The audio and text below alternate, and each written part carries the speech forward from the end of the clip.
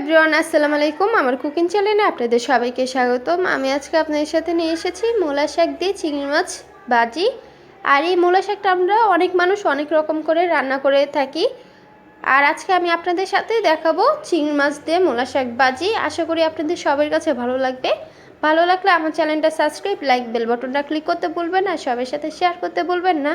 চলুন আমরা ফুল রান্নাটা দেখে নিই। চুলায় আমি প্যান বসিয়ে দিয়েছি। এখন অ্যাড করে দেব তেল। তেলটা গরম করে নিব। তেলটা গরম হয়ে গিয়েছে। এখন অ্যাড করে দেব মিডিয়াম সাইজের একটা পেঁয়াজ কুচি। অ্যাড করে দেব কাঁচামরিচ 4-5টা ফেলে নিয়েছি। ঝালটা আপনারা আপনাদের পরিমাণ মতো এখানে অ্যাড করে নিতে পারেন। 1 মিনিটের মতো পেঁয়াজ আর কাঁচামরিচটা ভেজে নেব হালকা করে।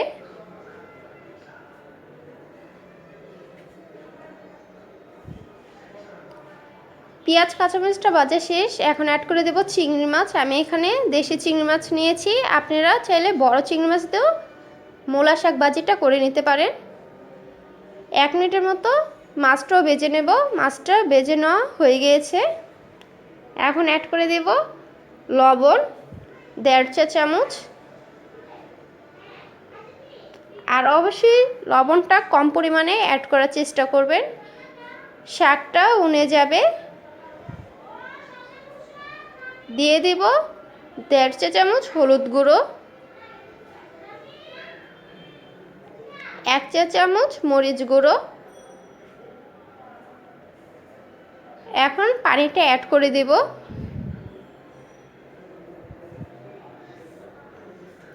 পানিটা অ্যাড করে দেওয়ার পরে আমি 3 মিনিটের মতো কষিয়ে নেব। কষানো শেষ। আমি আগে থেকে মূলা শাকটা ধুয়ে কুচিয়ে নিয়েছি, এটা এখন অ্যাড করে দেব। আর শাকটা অল্প অল্প করে অ্যাড করবেন আর লাড়া দেবেন। একসাথে অ্যাড করে লাড়া দেওয়া যাবে না।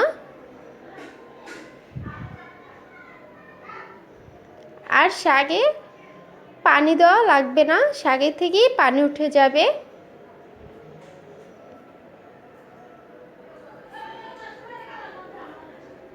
আর এই শাকটা রান্নার সময় ঢাকা লাগবে না আমাদের। দেখতেই পাচ্ছেন শাকের ভিতর থেকে কত পানি উঠে গিয়েছে। এই পানি দিয়ে শাকটা সিদ্ধ হয়ে যাবে। আর চুলার আঁচটা মিডিয়াম সাইজে কমিয়ে রাখবেন।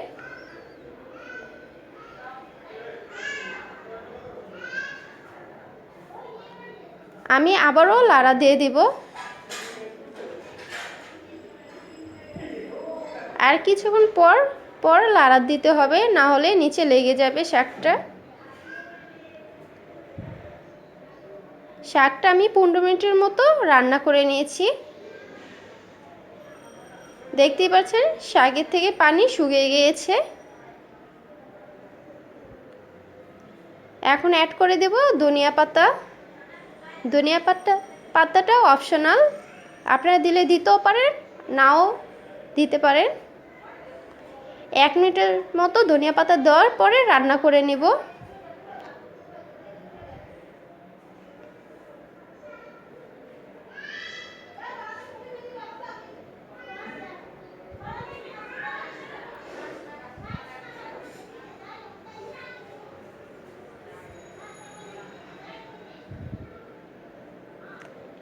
আমি আবার লাড়া দিয়ে এখন উঠিয়ে নেব।